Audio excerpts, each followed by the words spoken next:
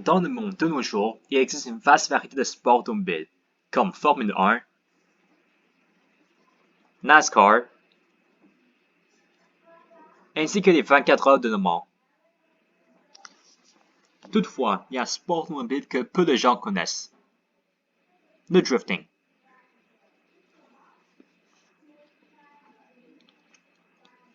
À quoi ressemblait le drifting dans les anciens temps?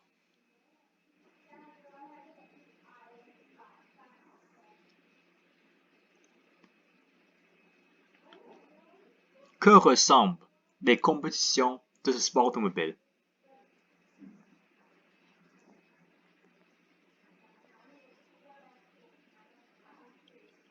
Et qu'est-ce qui rend le drifting en tant que tel?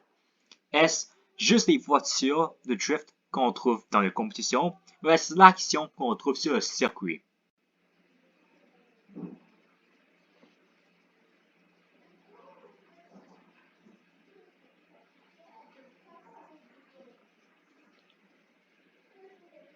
Le drifting est une technique où le conducteur cherche de manière intentionnelle de survirer la voiture.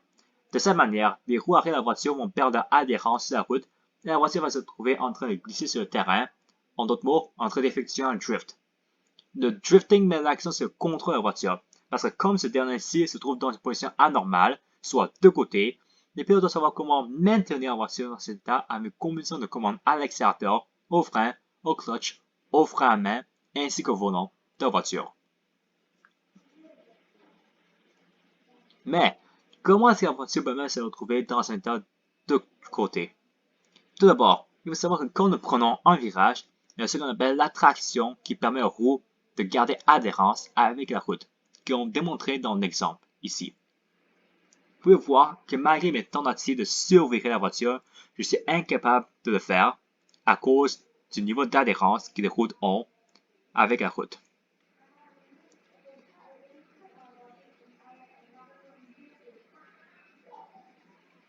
Le drifting en tant que tel est lorsqu'on réussit à perdre ses adhérences avec la route. Ceci est fait de multiples manières comme entrer dans le virage avec un angle non naturel, à haute vitesse, avec les freins à main ou les pédales de la voiture, ou comme dans l'exemple ici, en enlevant la contrôle de traction de la voiture.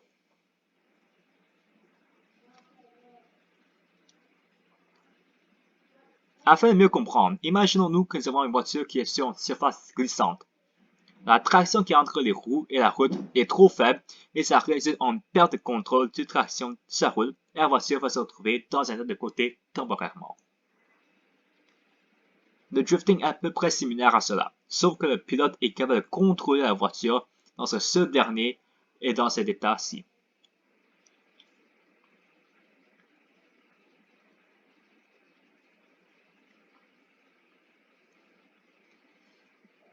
Beaucoup de gens ont tendance à associer un power slide au drift, mais il y a une différence entre ces deux termes qui signifie que la voiture se trouve dans un état de côté. La différence majeure entre un power slide et un drift est quand est-ce que la voiture se trouve dans un état de côté. Dans le cas du power slide, on se retrouve dans un état de côté après l'apex du virage. C'est après que la voiture fait entrer dans le virage, elle se retrouve dans un état de côté.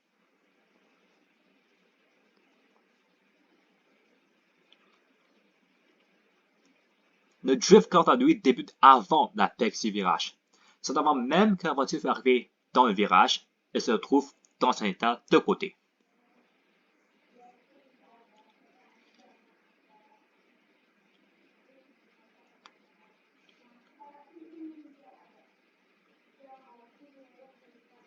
Quand on met pied dans un ligue de drift, comme le dernier Grand Prix, ainsi que Formula Drift, on remarquera quelque chose d'inhabituel, des juges. Les contestants sont jugés par 3 juges qui jugent chacun différents aspects de la performance des pilotes, soit les critères de la ligne, les critères de nom, ainsi que les critères de style. À la fin de chaque course, les pilotes vont recevoir un score de la part des juges. Avec ce score, ils sont placés dans le tableau de classement avec les autres contestants.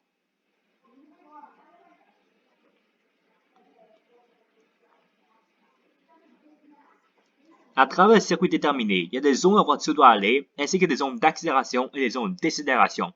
Le juge chargé de ce critère de la ligne va ainsi juger la performance des pilotes basée sur le respect des zones ainsi que la performance tout au long du circuit.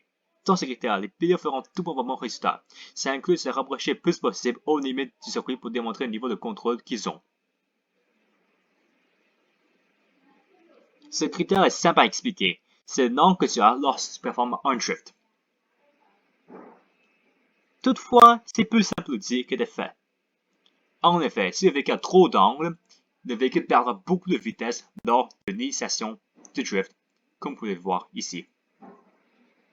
Tandis que si le véhicule a trop peu d'angle, il ne perdra pas autant de vitesse que sinon il est très élevé. Les pilotes doivent essayer de trouver l'équilibre entre la vitesse et l'angle dépendamment du circuit. Car, dépendamment du circuit, avoir trop d'angle ou trop peu d'angle bénéficieront ou pénaliseront beaucoup les pilotes.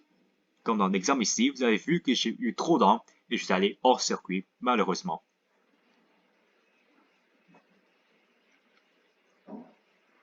En 2017, Formula Drift jugeait ce critère en 3 sous-critères, soit l'initiation, la fluidité ainsi que le commitment. Toutefois, de nos jours, ce critère est jugé en 2 sous-critères, soit la fluidité ainsi que le commitment. Ces critères présentent ce qui rend Formula Drift intéressant, commençant par les McGrath, les voitures ont autant de style qu'ils ont comme fonctionnalité. Il faut noter qu'il y a d'autres critères que les juges pourront regarder lors d'une compétition ou lors d'une qualification. L'une d'entre elles est la proximité, qui s'applique plus au chaser qu'au leader. La proximité signifie la distance que le chaser est capable de garder entre lui et le leader sans causer des dégâts à la performance du leader, soit d'éviter le plus possible les contacts et de créer un accident dont il est responsable d'eux. Toutefois, le chaser doit garder la distance entre lui et le leader proche, car si la distance est trop grande entre eux deux, il sera disqualifié. Avant que la compétition commence, il y a la qualification qui a eu lieu. Dans la qualification, chaque pilote a droit à 2 essais. Avec ces essais, chacun aura comme objectif de se rendre dans les top 32 du tableau de classement, car tous ceux qui se situent sous la 32e place sont disqualifiés de la compétition.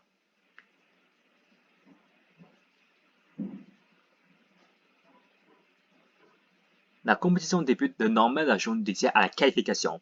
La compétition se fait entre les 32 meilleurs résultats de la qualification et avec chaque élimination, la compétition devient de plus en plus intense jusqu'au final. La compétition se déroule en tandem, soit un pilote poursuit un autre pilote tout au long du circuit. Chaque pilote aurait droit à être le leader ainsi qu'être le chaser. Dans une course, le leader doit faire comme il a fait dans la qualification, soit être le plus agressif possible ainsi que de respecter les lignes parfaites prédéterminées par les juges.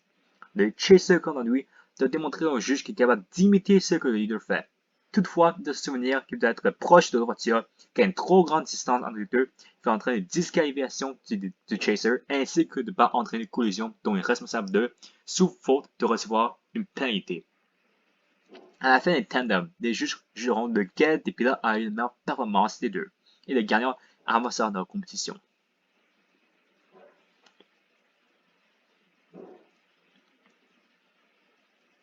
Toutefois, si la majorité des juges ou tous les juges sont incertains sur quel pilote a mieux performé que l'autre, il y aura un OMT.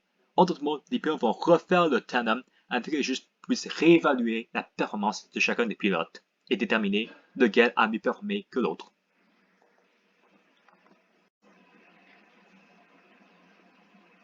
En ce qui concerne les débuts du drifting, les sources sont même incertaines de quand est-ce que le drifting a réellement vu le jour. Certaines sources disent que le drifting a débuté dans les années 1950,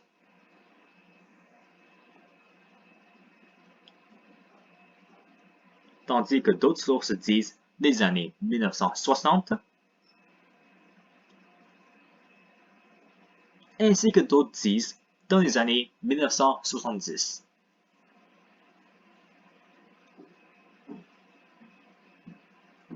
Toutefois, ces sources semblent d'accord sur deux personnages importants dans les premiers temps du drifting et du pays qui a eu une grande influence dans les premiers temps du sport automobile et qui a popularisé ce sport automobile en question. Les personnages sont Kuminitsu Takahashi et Keiichi Tsuchiya. Et comme vous l'aurez pu deviner, le Japon est le pays qui a eu une grande influence dans les premiers temps de ce sport automobile.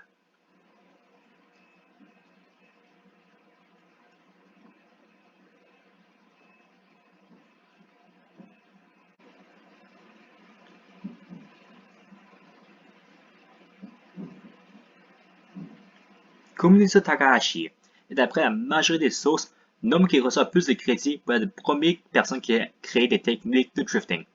Dans les années 1960 à 1970, Takahashi fait un pilote du Grand Prix des motos. Toutefois, à la suite d'un accident qui a lieu en 1961 dans le fameux Halfman PT, il deviendra rapidement un pilote de voiture de Formule 1.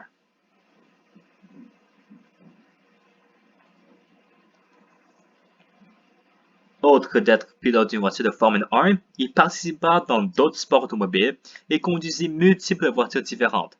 Mais la chose qui attira l'attention des street racers japonais, aussi connus sous le nom de Hashiriya, des années 1970, la manière dont il attaquait les virages. Il foncerait sur les virages à haute vitesse et placerait ses roues de sorte que ceux en avant entreront en contact avec l'apex.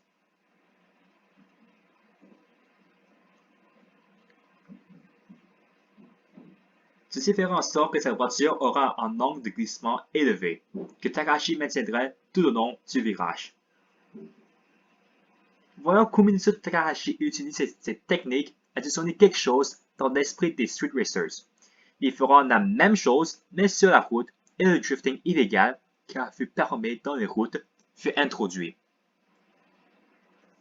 Contrairement à Takahashi, Tsuchiya fit ses débuts comme étant à Hashiriya, avant de devenir un pilote dans les sports automobiles.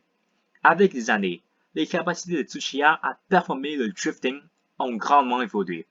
En fait, en 1987, la première vidéo de Toei qui fait intitulée Plus Speed mettant en scène Tsuchiya en train de drift sur les routes de la montagne au bord de sa Toyota A86 Leven fut filmée. Toutefois, il semblerait que d'après ce qu'on raconte, Tsuchiya aurait vu sa licence de pilote professionnel se faire suspendre à cause de ce film. La première compétition de drifting qui a lieu fut organisée par la revue japonaise sur le tuning Carboy en 1986. En 1989, une autre revue, Video Option, avec l'aide de Keiichi Tsuchiya, a organisé le premier tournoi de drifting sanctionné qui avait sous le contrôle de Daijiro Inada. Le nom de compétition, Ikaten. Ikaten ne fut pas le type de compétition de drifting qu'on connaît de nos jours. Au contraire, il y avait des équipes de 5 conducteurs qui faisaient juste du drifting pour le simple divertissement du public. Toutefois, il y avait un système de points dans cette compétition. Il est vraiment très simple et tout simplement, c'est déjà un système de points qui donne des points d'après la performance du conducteur. Par performance, ne veut pas dire le type de performance que les juges dans Formula Drift ou dans Grand Prix évaluaient. C'est tout simplement si le conducteur est même capable de drift, si le conducteur pouvait drift dans des zones prédéterminées, les clipping points, les clipping zones, si le conducteur était capable de drift à travers tout le circuit, et finalement ce pilote avait un drifting très fluide et propre. Il faut aussi noter que cela ne fut pas la seule manière que les points furent distribués dans Ikaten. Comme nous savons, dans cette compétition, les 5 membres d'une équipe faisaient leur course ensemble. Les juges donnent aussi des points à l'équipe d'après la coordination générale de leur transition ainsi que leur drifting et la distance qu'il y a entre chaque membre de l'équipe. Mais au final, Ikaten fut une compétition organisée pour juste le plaisir pour pouvoir de drift dans la compétition. Même les équipes ne prennent pas cette compétition au sérieux au début. Leur nom d'équipe ainsi que la photo de profil de chacun des membres n'étaient pas prises au sérieux. La même chose pourrait être dite pour la voiture. Au début, les véhicules furent tous différents, modèles et couleurs différents. Mais, avec les années, les équipes s'en vont pris la compétition un peu plus au sérieux, comme peindre la voiture de la même couleur ou même faire en sorte que tous les membres de l'équipe aient la même voiture. Voir que Ikaten devenait un peu plus populaire, ça a poussé Inada, la personne qui contrôlait Ikaten, à créer All Japan Professional Drift Championship en 2000. L'événement qui célébrait la création de cette compétition a lieu au circuit légendaire Ebisu avec notre bon vieux Tsuchiya et Manabu Horido comme juge. Lors de cette première compétition, 40 drifters furent jugés sur performance solo. All Japan Professional Drift Championship fera le dernier Grand Prix l'année prochaine, ce qui rend la plus ancienne ligue de drifting qui est toujours active de nos jours. Une décision majeure fut prise dans la deuxième compétition. Ce fut décidé qu'on ne jouera plus de contestants solo, mais qu'on jouera tous les participants en tuisso, soit chacun des deux drifters prend un tour entre le leader et le chaser. Ce type d'évaluation des conducteurs est la norme de nos jours. En 2005, lorsque les voitures présentes dans le dernier Grand Prix sont devenues trop puissantes, une sous-division du dernier Grand Prix a vu le jour, D1 Street Legal. Cette sous-division du dernier Grand Prix possède de strictes régulations sur les voitures qui peuvent rentrer dans ces compétitions. Le plus dominant est que les voitures de D1 Street Legal peuvent conduire sur la route, soit des gars pour la route. Les compétitions de D1 Street Legal ont lieu sur le même circuit que D1 utilise, ou dans les anciens circuits que D1 Grand Prix n'utilise plus.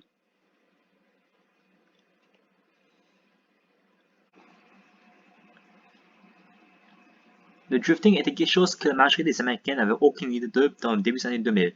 Toutefois, c'est un jeu rapidement avec deux hommes, Jim Yao et Ryan Sage, qui formeront Slipstream Media, maintenant inexistant. Comme nous l'avons déjà mentionné, le drifting était quelque chose d'inconnu aux États-Unis. La seule connexion que les Américains avaient avec le drifting était des revues japonais et d'archives vidéo qui circulaient parmi les amateurs de voitures japonais importés au pays.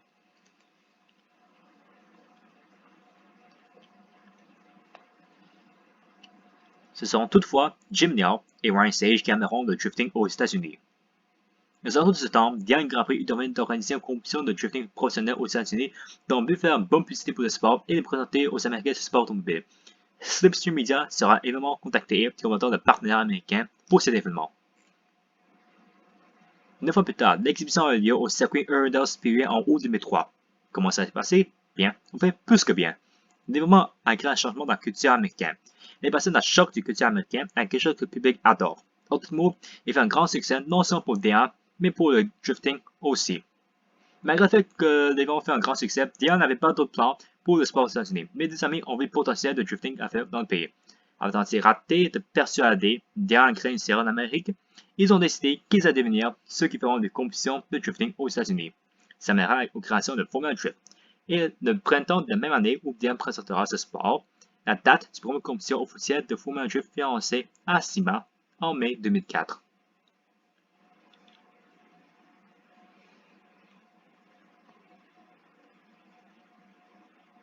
Avec les années, le nombre d'événements de drifting que Formula Drift organisera ne cessera d'augmenter. Avec 4 dans sa première saison, ce nombre augmentera à 6 l'année prochaine, 7 l'année prochaine même, et même 9 en 2019. De nos jours, Formula Drift est considéré comme étant le top des ligues de compétition de drifting qu'il y a en Amérique du Nord. De nos jours, il existe plusieurs formes de drifting. Par exemple, nous avons le drifting non professionnel ou des enthousiasmes de ce sport automobile dans ces voitures de côté dans des journées dédiées au drifting dans des circuits. Nous avons aussi le drifting illégal où des gens qui aiment drift le font sur des routes publiques au lieu des circuits dédiés au drifting. Et finalement, nous avons des compétitions de drifting. Par exemple, ici, nous avons une compétition de part de Red Bull. Il existe d'autres compétitions, comme nous savons déjà, par exemple, Diane Grand Prix et Formula Drift, où les gens font une compétition afin de gagner des trophées. Et juste avoir du plaisir, en général.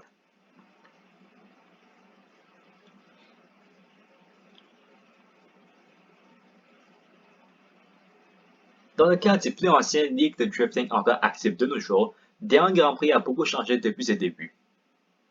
Comme nous le savions, au début, les drifters se déchuchaient en équipe de 5 pilotes. Chacun de ces équipes recevront un résultat basé sur la proximité que chacun des membres avait entre eux, ainsi que la performance de chacun des membres, comme s'ils étaient capables de drift tout au long du circuit. Parlons maintenant de comment les contestants dans le dernier Grand Prix sont jugés. Dans un TANSO, soit une performance solo, l'évaluation de la qualification se fait au système d'évaluation du D1, le DOS, le D1 Original Scoring System. Une boîte attachée au véhicule du contestant qui donne des informations au juge sur la performance du drifter à travers la qualification, comme sa vitesse de chaque transition, ainsi que le nombre qu'il a à travers sa course. Il y a aussi un commissaire de course qui cherche à pénaliser le pilote pour des erreurs comme aller hors ligne ou comme laisser des pneus sortir du circuit. Mais le reste est entièrement évalué par le DOS, soit électroniquement. Une autre chose qui différencie le D1 Grand Prix des autres ligues de drifting comme Formula Drift est non seulement le DOS, mais aussi l'absence de clipping points. Sur certains points du circuit que les juges regarderont, ces voitures vont à ce point précis. En effet, dans le D1 Grand Prix, il y a seulement des clipping zones tout au long du circuit. À la fin de chacune des courses de qualification, les conducteurs recevront une note pour de 0 à 100. Après 2 qualifications, la meilleure des notes sera retenue comme étant le score final de la qualification du conducteur. Pour voir de bonnes notes finales, le COC du dernier Grand Prix mentionne qu'un conducteur pourra s'attendre à recevoir un bon résultat final si on retrouve, après la course de qualification, de grand angle, une autre vitesse à travers le circuit, en son moteur sur le même temps, ce qui signifie que le pilote a un bon contrôle sur ses pédales, et ainsi que performance fluide en général. Il faut aussi mentionner que lors des outside zones, les pneus ne sont pas obligés d'être présents dans ces zones. Si la partie arrière du véhicule est présente dans la zone désignée, ça va être considéré comme un circuit dans la zone désignée. Comme ici dans le cas, il ne fait pas dans la zone désignée, donc non.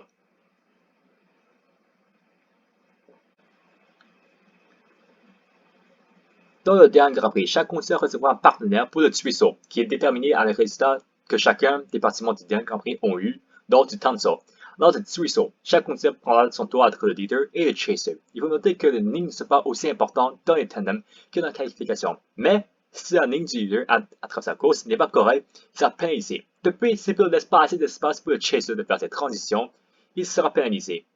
Il est aussi important de mentionner qu'au début, le leader chaser ne peut pas entrer en contact avec des comptes placés sur le circuit sous peine de recevoir une pénalité. Le leading car ne peut pas juste prendre conscience de ces choses dans sa course, mais aussi est capable de démontrer au juge une performance supérieure à celui du chasing car dans sa course. Le chasing car conduit à drift en maintenant une distance proche du leading car. Pour gagner, le chaser doit être capable de poursuivre le leader avec le même angle ou un angle supérieur comparé à ce dernier-ci et avoir une bonne proximité avec ce dernier pour avoir les points de proximité affichés en bleu. Mais le chaser n'a pas juste pensé à ceci. Il faut se souvenir que si la distance entre lui et le leader devient trop grande, si le nombre de drift qui est trop petit, ou si la distance à parcourir en dérapant il est trop courte, il ressent un défait de la part des juges. De plus, il a évité tout contact avec le leader sous condition de perdre des points et toute autre erreur qui lui cause de grands dégâts sur les points, comme perdre le contrôle de la voiture en understeer ou une sous-direction, en bon français. Il faut aussi noter que le chaser peut dépasser le leader lorsque ce dernier prend un virage trop large. Toutefois, une fois qu'il dépasse le leader, le chaser ne recevra plus de points de proximité.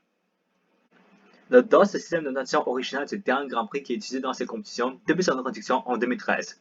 Contrairement à Formula Drift, où la majorité des points d'une course d'un pilote est déterminée par les juges, au dernier Grand Prix, c'est le système qui juge la performance des véhicules. Ce système d'évaluation quantifié et note diverses données de la voiture à travers sa course, comme la vitesse de la voiture, l'angle que ce dernier a à travers sa course, la stabilité du véhicule, etc. Chacune de ces données sera donnée au juge qui détermine la note que le pilote recevra pour sa course. Dans le cas de Formula Drift, il y a des critères lors de la qualification que les juges regarderont ou que les juges s'attendent à ce que le pilote suive d'après le PDF FD Judging Regulation 2020 version 1.0. Dans ce PDF, nous retrouvons les attentes des juges ainsi que les pénalités que chaque conducteur va avoir, ainsi que le pointage que chaque conducteur recevra dans les différentes sections de la piste, ainsi que le nombre de points attribués à chaque critère. Attardons-nous aux différents critères d'évaluation que les juges regarderont ainsi que les pénalités que les drifters pourront recevoir. La ligne, c'est capacité des pilotes d'aller dans les zones de outside zones, d'aller avec l'arrière de véhicule dans les zones de touch and go areas, ainsi que d'être capable de faire les zones de inside points avec l'avant d'un véhicule. Donc, sa capacité de maintenir de haut angle quand c'est en train de drift et qui leur permettra de maintenir un rythme de performance dans toutes les zones du circuit qui ne sont pas les zones d'accélération. Le style, c'est le comportement que le véhicule a à travers la performance du pilote. Ce critère est divisé en deux sous-critères, l'engagement et la fluidité. L'engagement qui est le momentum que la voiture a à travers le circuit. Le véhicule devrait idéalement maintenir son momentum à l'extérieur des circuits, des zones d'accélération, dans l'approche des murs, dans certains circuits et aux extrémités des circuits. Cela devrait être accompli avec confiance et dédication de la part du drifter. La fluidité, c'est qu'il comprend la rapidité avec laquelle le pilote est capable d'atteindre l'angle que le juge attendait à ce que le conducteur atteigne, la fluidité que l'angle fut atteint, et si l'angle que le pilote a atteint était ou non l'angle qui est attendu à être atteint. Des petites questions que les juges pourront se poser par rapport au style. Est-ce que lors de l'approche de l'extrémité du circuit, les pilotes utilisent le momentum de la voiture pour se rendre à l'extrémité du circuit? Ou si le pilote a comme une sorte d'hésitation, si le pilote se rend aux extrémités du circuit plus doucement, si il se rend aux extrémités du circuit en utilisant beaucoup le frein à main, ou si le dernier ralentit son véhicule puis conduit jusqu'à l'extrémité du circuit. Les juges veulent qu'il y ait du momentum qui soit porté tout au long du circuit. Les pénalités possibles pour l'angle sont la double-initiation, le contact avec le mur, les pneus qui sortent du circuit, le manquement des zones de redressement du véhicule, être à l'extérieur des lignes prédéterminées, le manquement d'angle, bubble, lorsque voici dans un certain angle, dans du drifting et qui a un changement mineur dans l'angle, suivi d'un retour rapide à l'angle initial.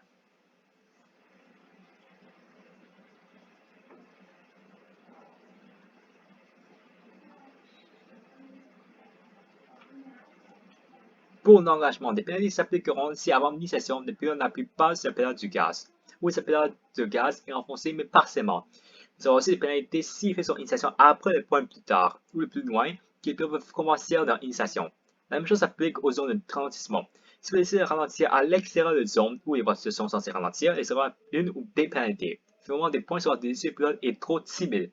Par timide, nous allons dire si que le pilote a l'air de ne pas vouloir lancer sa voiture à fond. Se approcher les limites du circuit ou le mur timidement. Pour le critère de la fluidité, les pénalités que le pilote peut recevoir dans ces critères sont les suivants. Condition de véhicule trop lent, condition de véhicule échéancier ou incertaine, ainsi que condition de véhicule incorrect. Et dans certains angles, lors du drifting, peut seulement changer l'angle du véhicule. ajouter, non ou enlever dans ce qui est en train de drift.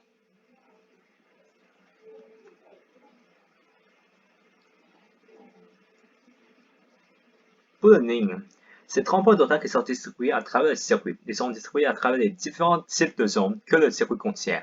Les inside zones, les outside zones, les clips, les touching areas. Donc, ce sont 30 points qui sont distribués à travers le circuit dans les zones de critère ligne.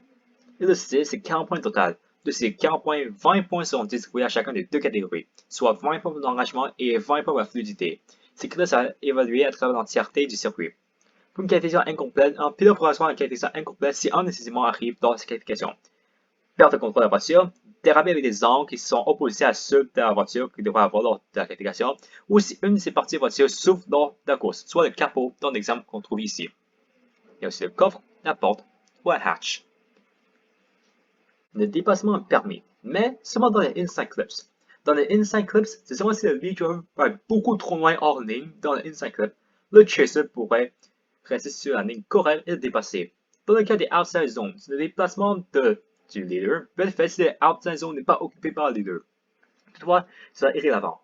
Le chaser devrait plutôt garder une proximité avec le leader et imiter ce que ce dernier fait, car le leader est déjà à faute pour être hors ligne. Le juge redonnera alors si le chaser qui va garder une proximité à le leader, si ce dernier fait des erreurs, la punition n'est pas aussi grave que le leader, car ce dernier a déjà fait l'erreur d'être hors ligne du circuit. Les tandems sont encore en compétition de début. Ça consiste en des séries d'éliminations dans la compétition de tandem, où on rencontre deux pilotes qui se partagent les rôles entre eux, soit d'être le leader et le chaser. Toutefois, les pilotes qui ont obtenu les meilleurs résultats lors de la qualification débutera le tandem comme étant le leader, tandis que l'autre prend place comme étant le chaser. Après chaque pilote ait pris leur tour, le gagnant sera déclaré. Le gagnant des deux pilotes est bien sûr celui qui a obtenu une meilleure performance quand il fut le leader et le chaser. Lors d'un tandem, on s'entend à ce que le leader donne une performance forte, soit imiter une course de qualification qui s'approche le plus possible d'une parfaite performance.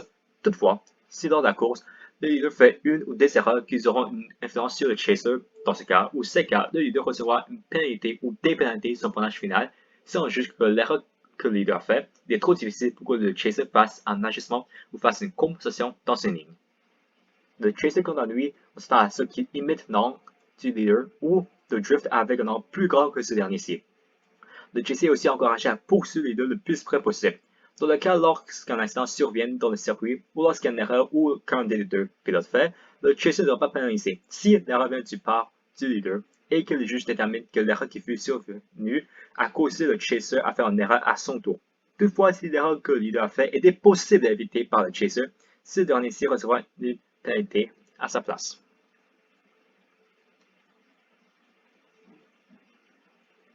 Un OMT s'applique si à la fin d'un compétition de tandem, un pilote ne reçoit pas la majorité des votes de par les juges. Les conditions vont refaire le tandem de nouveau, soit one more time. Toutefois, les OMT ne sont pas utilisés par les juges à cause d'un tandem mal exécuté de la part des deux contestants ou le tandem où on retrouve une multitude d'erreurs et ou de détection de points de la part de chacun des contestants. Par mettant des véhicules endommagés, sinon le tandem un véhicule n'est plus en état d'être utilisé pour la bataille ou si le véhicule n'est pas capable d'arriver à la ligne de départ, dans ce qui devrait être, le véhicule fera sur un Baron afin d'avancer dans la compétition.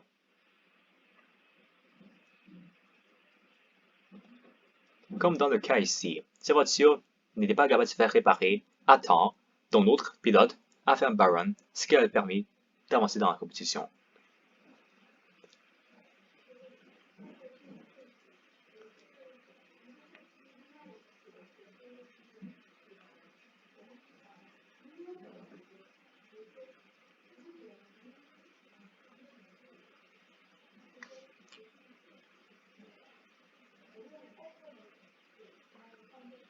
Le contact est quelque chose qui arrive dans Formula Drift et quelque chose qui est reconnu comme faisant partie du sport. Toutefois, comme toujours dans le monde des sports automobiles, il y a des règles de contact et limites des contacts entre les véhicules.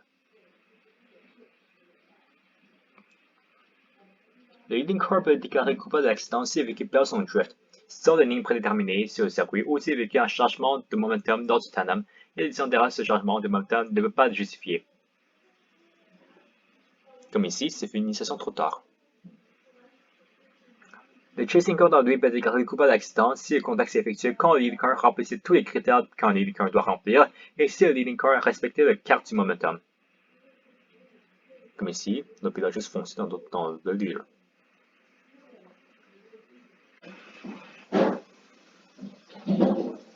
Quand condition arrivée, les juges vont devoir décider quel conducteur est coupable d'accident.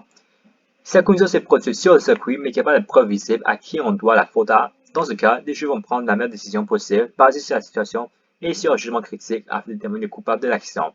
Si la collision qui fait arriver amène à réparation, le véhicule qui ne fut pas déclaré coupable d'accident a le droit de faire réparer son véhicule en demandant un temps de réparation qui peut aller jusqu'à 10 minutes si pilote n'utilise pas leur pause de temps de compétition, competition timeout.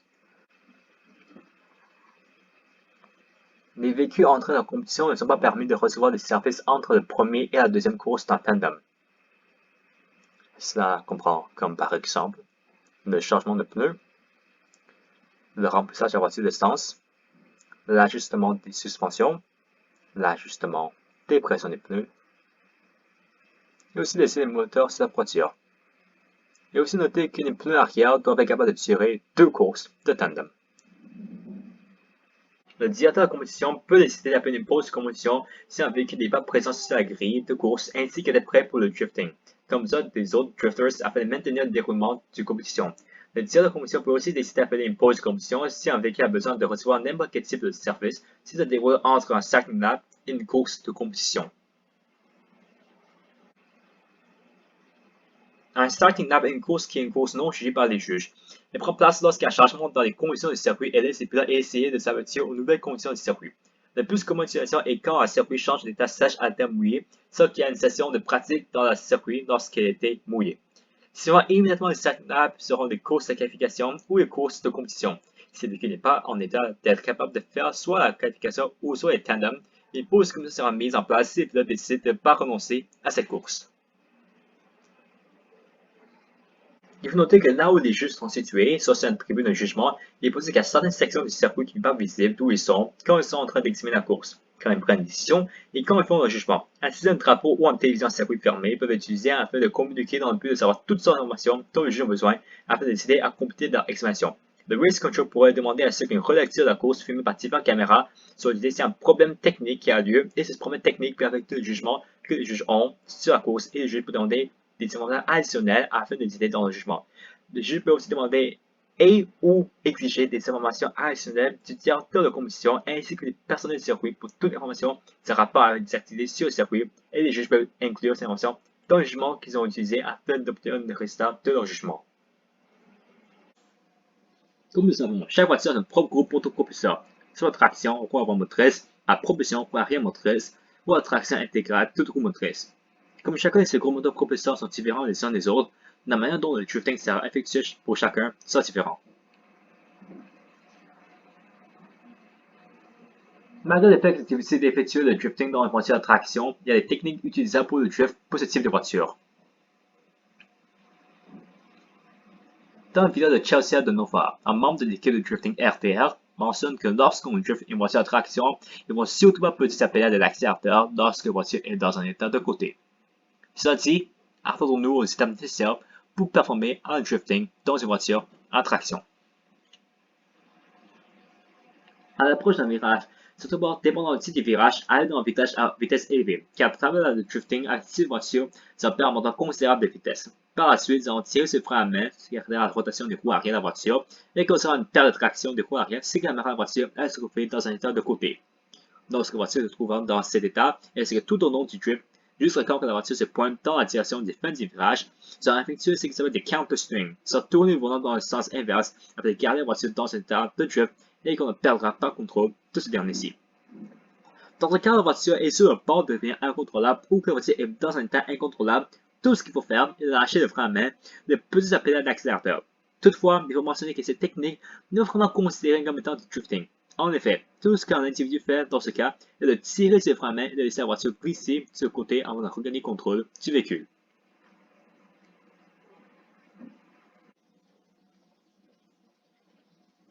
Quand ça arrive aux voitures à traction intégrale, la technique du drifting est différente.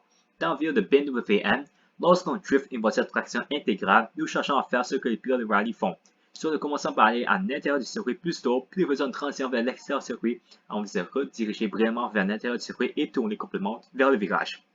Il va aussi mentionner que pendant ces manœuvres, le pied n'a aucune pression sur l'accélérateur. Ce n'est qu'une fois que la voiture fut dans un état de drift que le pédale de gaz sera repoussé, amenant ainsi la voiture dans un état de côté.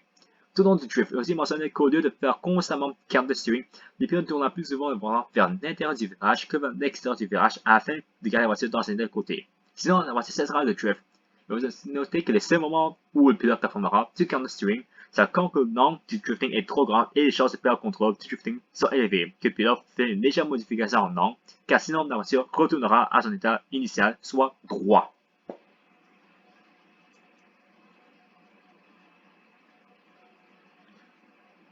Pour les voitures à propulsion, il existe une multitude de méthodes que le pilote peut utiliser pour effectuer le drifting, que nous allons aborder plus tard dans la section de différentes techniques de drifting.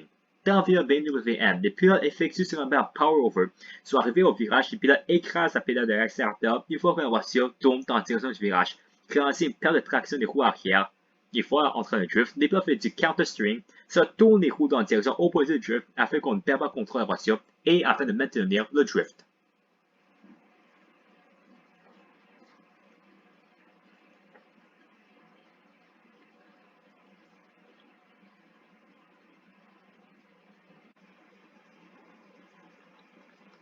Le power over consiste à effectuer un drift en utilisant seulement l'accélérateur. Dans un virage, le pilote écrase l'accélérateur, c'est réduit en perte de traction des roues arrière et fait en sorte que la voiture fait du drift. Il faut noter que toutefois cette technique est seulement possible avec des voitures qui ont beaucoup de puissance de chevaux. Le e-brake drift est la technique de base du drifting. À l'approche d'un virage, le pilote tire ses freins à main, ce qui va bloquer les roues arrière, résultant ainsi en perte de traction des roues arrière. Le clutch kick est performé de la manière suivante. À l'approche d'un virage, au milieu du virage, le pilote met la pression sur la pédale du clutch. Ce qui causera un soudain gain de puissance dans le système de transmission, ce qui amènera à une perte de traction des roues arrière.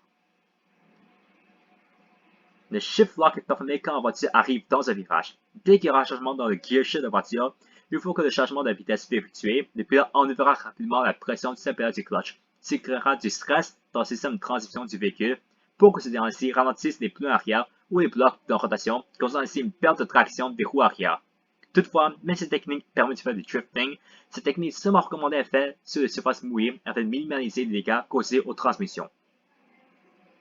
Le jump drift a lieu lorsque les roues arrière du véhicule rencontrent l'intérieur d'un virage ou l'apex d'un virage et rebondisseront dessus ce dernier, résultant en une perte de traction amenant le véhicule dans un état de côté.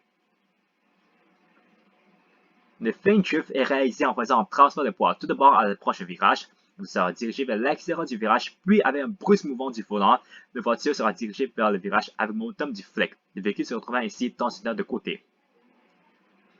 Le braking drift consiste d'abord à faire du trail braking dans le virage. Le trail braking consiste à freiner tout en tournant dans un virage afin de provoquer une perte de traction des roues arrière. En faisant ainsi, il y aura une perte de traction des roues, rendant le véhicule dans un état de côté.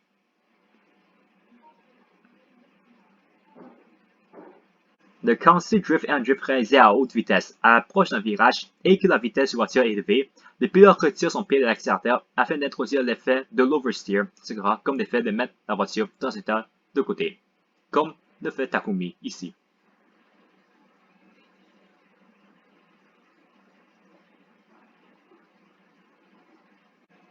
Pour faire un long slide drift, tout ce qu'il faut faire, c'est tirer le frein à main et de maintenir le frein à main tiré afin de se préparer d'avance pour le prochain virage. Il faut toutefois noter que cette technique est recommandée d'être faite à haute vitesse. Le choku doré est une technique de drifting qui consiste à faire des transitions lentes de côté en côté en balayant l'arrière du véhicule tout le long d'une section de route ou d'une piste droite.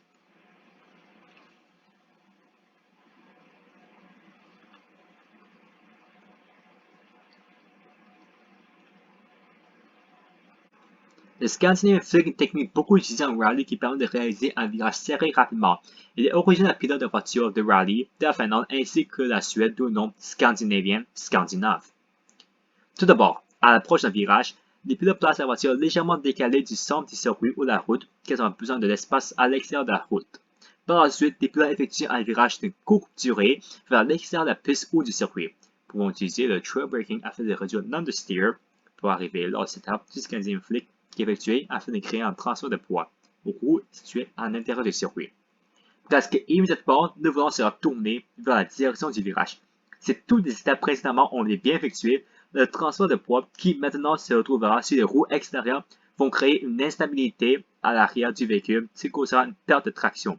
Une fois que la perte de traction est arrivée, l'arrière du véhicule se dirigera peu en plus vers le côté du virage tirera comme conséquence de réduire le rayon du virage.